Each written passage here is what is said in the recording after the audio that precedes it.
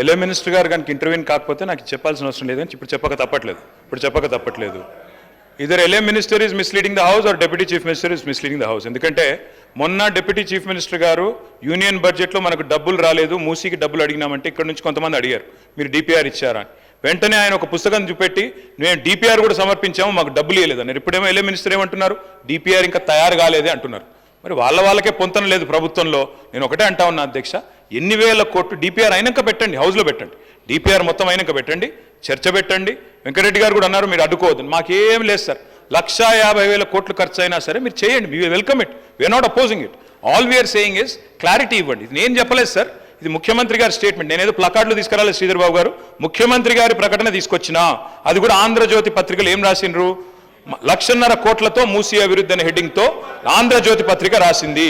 రాసినలో ఏం చెప్పింది అధ్యక్ష, ప్రపంచ స్థాయి పర్యాటక ప్రాంతంగా చేస్తాం, విశ్వనగరంగా చేరుస్తాం, ఎక్కడి నుంచి ఎవరు వచ్చినా హక్కున చేర్చుకుంటాం అని సీఎం రేవంత్ రెడ్డి అన్నారు. నేనేమంటున్నా, నేను అనేదల్లా ఒకటే, మా ప్రభుత్వం ఉన్నప్పుడు 100% ఎస్టీపీల ట్రీట్మెంట్ కోసం, ఇప్పుడు ఎంఎన్యూడి మీ దగ్గరే ఉంది చీఫ్ మినిస్టర్ గారు, 3,866 కోట్ల రూపాయలతో, ఎందుకంటే హైదరాబాద్లో ఉత్పత్తి అయ్యే సివరేజ్ 2,000 MLD, మేము ఆనాడే 2,000 MLD కెపాసిటీకి 100% ఎస్టీపీలు పూర్తి చేసే విధంగా ప్రణాళిక రూపొందించిన. మీరు మొన్న పోయి ఒకటి ఓపెన్ చేసిండ్రు, ఉప్పల్లో నల్ల చెరువు ఎస్టీపీ మీరు మొన్న పోయి ఓపెన్ చేసిండ్రు. సరే పని మేము చేసినాం, క్రిబ్బన్ మీరు కట్ చేసినారు, సంతోషం. కానీ మిగతా ఎస్టీపీలు కూడా బ్రహ్మాండంగా పూర్తి చేసినాము. నేను ముఖ్యమంత్రి గారిని అడిగేది ఒకటే, మరి ఎస్టీపీలు 100% అయిపోయిన తర్వాత అంచనా ఖర్చులు ఈ రకంగా పెరుగుతున్నాయంటే నేను వారిని ఒకటే అంటా ఉన్నా, ప్రభుత్వం రిపీటెడ్గా అంటది అధ్యక్ష.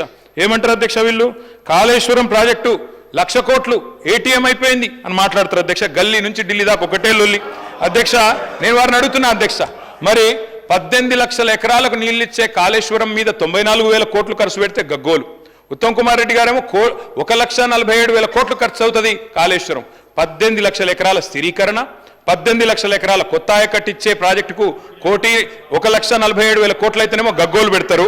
మరి నేను అడుగుతున్నా అధ్యక్ష, మూసీ సుందరీకరణ విషయంలో ఈ మూసీ ప్రాజెక్టుతో మురిసే రైతులెందరూ, నిల్వ ఉంచే టీఎంసీలెన్ని, సాగులోకి వచ్చే ఎకరాలెన్ని, పెరిగే పంటల దిగుబడి ఎంత, తీర్చే పారిశ్రామిక అవసరాలు ఎంత, కొత్తగా నిర్మించే రిజర్వాయర్లు ఎంత, ప్రజలకు కలిగే లాభం ఎంత, సృష్టించే ఆదాయం ఎంత, తప్పకుండా చెప్పాలా. ముఖ్యమంత్రి గారు పాలమూరు బిడ్డ అని చెప్తారు అధ్యక్ష. వారు నేను అడుగుతా ఉన్నా, పాలమూరులో మొత్తం రిజర్వాయర్లు మేము కట్టినాం, వట్టెము కరివేనా మొత్తంగా ఉద్దండాపూర్ దాకా అన్ని రిజర్వాయర్లు కంప్లీట్ చేసినాం. ఒక పంప్ ఆన్ చేసిన 31 పంపుల్లో. ముఖ్యమంత్రి గారు నేను అడుగుతున్నా, చివరి దశలో ఉన్న ప్రాజెక్టును కోల్డ్ స్టోరేజ్ లో పెట్టకండి, ముందుకు 5 minutes లో కంక్లూడ్ చేస్తాను, వాళ్ళు డిస్టర్బ్ చేస్తున్నారు సార్. అధ్యక్ష నేను అడిగేది ఒకటే, చివరి దశలో ఉన్న ప్రాజెక్టును పక్కకు పెట్టి కోల్డ్ స్టోరేజ్లో పెట్టి పాలమూరు బిడ్డలకు అన్యాయం చేయకండి. లండన్ చేస్తారా, న్యూయార్క్ చేస్తారా, థీమ్ పార్క్ చేస్తారా, థేమ్స్ చేస్తారా, మీ ఇష్టం. కానీ దాని వెనుకున్న థీమ్ ఏందో, బ్యాక్గ్రౌండ్లో జరుగుతున్నదేందో తెలంగాణ సమాజం గమనిస్తున్నదనే విషయం మర్చిపోకండి. అధ్యక్ష మూసీతో పాటు మానేరు రివర్ ఫ్రంట్ కరీంనగర్లో 60% పనులు పూర్తయినాయి, దాన్ని కూడా దయచేసి కంప్లీట్ చేయాలని చెప్పి గౌరవ ముఖ్యమంత్రి కోరుతా ఉన్నా. కరీంనగర్ జిల్లాకు మంచి మేలు జరుగుతుంది శ్రీధర్ బాబు గారు, మీరు కూడా అక్కడి మంత్రి దయచేసి ఇన్వాల్వ్ కావాలని కోరుతా ఉన్నా. అధ్యక్ష కేంద్రం నుండి నిన్న మా సర్పంచులు వచ్చినారు సార్, మా సిరిసిల్ల సర్పంచులు అందరూ వచ్చినారు, సిరిసిల్ల జిల్లా వేములవాడ నుంచి, అదేవిధంగా మా సిరిసిల్ల నుంచి. ఇప్పుడు కొత్త సర్పంచులు వచ్చే లోపల పాత సర్పంచులకు ఏవైతే బకాయిలు ఉన్నాయో దయచేసి క్లియర్ చేయండి, లేకపోతే మీకు నష్టం మాకు నష్టం. ఎందుకంటే అందులో మీ సర్పంచులు ఉన్నారు, మా సర్పంచులు ఉన్నారు. కొత్త సర్పంచులు వచ్చే లోపల పాత బకాయిలు ఎందుకంటున్నా అంటే, కేంద్రం నుంచి 800 కోట్లు వచ్చినాయి, వాటిని రిలీజ్ చేయండి. Concluding sir, I'm concluding sir. NHM నిధులు 800 కోట్లు వచ్చినాయి, వాటిని కూడా రిలీజ్ చేయండి. మీరు మాట ఇచ్చిన విధంగా ఎల్ఆర్ఎస్ 25 లక్షల మందికి ఉచితంగా అమలు చేయండి. అదేవిధంగా అధ్యక్ష మేము కలిసి వస్తాం, ప్రభుత్వంతో మీరు ఇచ్చిన మాట నిలబెట్టుకోండి, తప్పకుండా కలిసి వస్తాం. మంచి పథకాలు కొనసాగించండి, కేసీఆర్ కిట్లు కొనసాగించండి, పేరు మార్చండి, బతుకమ్మ చీర పేరు మార్చండి, క్వాలిటీ పెంచండి, కొనసాగించండి. పిల్లలకు బ్రేక్ఫాస్ట్ స్కీమ్ తెచ్చాం స్కూల్స్లో, సబిత కనిన చాలా డీటెయిల్గా చెప్పారు. బ్రేక్ఫాస్ట్ స్కీమ్ కొనసాగించండి, మిడ్ డే మీల్ బకాయిలు ఉంటే అవి కూడా ఇవ్వండి. తప్పకుండా నేను మిమ్మల్ని అందరినీ కూడా ముగించే ముందు డాక్టర్ వివేక్ వెంకటస్వామి గారు ప్లీజ్, చాలా టైం అయిపోయింది. ఐ రిక్వెస్ట్ యూ సార్, ఎన్నికలకు 6 నెలల ముందు రాజకీయాలు చేద్దాం. మీరు అన్నారు ముఖ్యమంత్రి గారు, వి వెల్కమ్ ఇట్.